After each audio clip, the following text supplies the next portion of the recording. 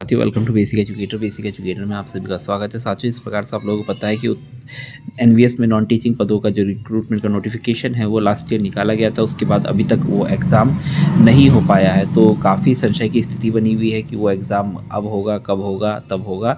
फ़िलहाल वो जो फॉर्म फिल कराए गए थे उस समय एनटीए को ये काम सौंपा गया था और एनटीए को ही एग्ज़ाम कराना था, बट एनटीए ने लास्ट टाइम में विड्रॉ कर लिया है। और उम्मीद ये है कि मतलब 100% श्योर ही है कि सीबीएसई अब इस एग्ज़ाम को कराएगी। बट अब दिक्कत ये है कि इस समय बोर्ड एग्ज़ाम वगैरह चल रहे हैं और अभी हाल ही में आपने देखा होगा सीबीएसई ने इस समय सीबीएसई का कोई भी रिक्रूटमेंट एग्ज़ाम जो है वो शेड्यूल्ड नहीं है। तो आपको पता है कि सीबीएसई का जो मेन काम होता है वो होता है बोर्ड परीक्षाओं का आयोजन कराना देश में, तो वो मतलब प्रायोरिटी पे होता है वो काम। तो बाकी काम डिले हो सकता है बट वो काम डिले नहीं हो सकता है।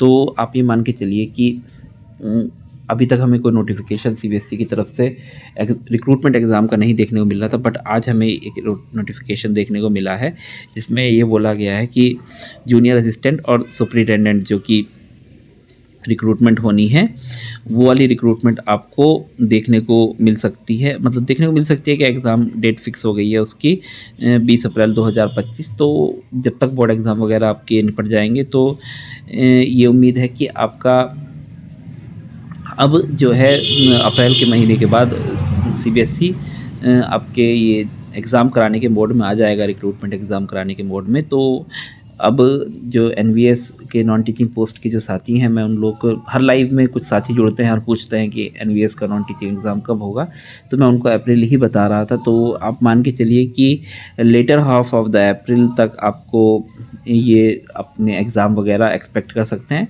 अगर अप्रैल जैसे 20 अप्रैल बोला गया है, अगर सीबीएसई को शायद समय ना मिले,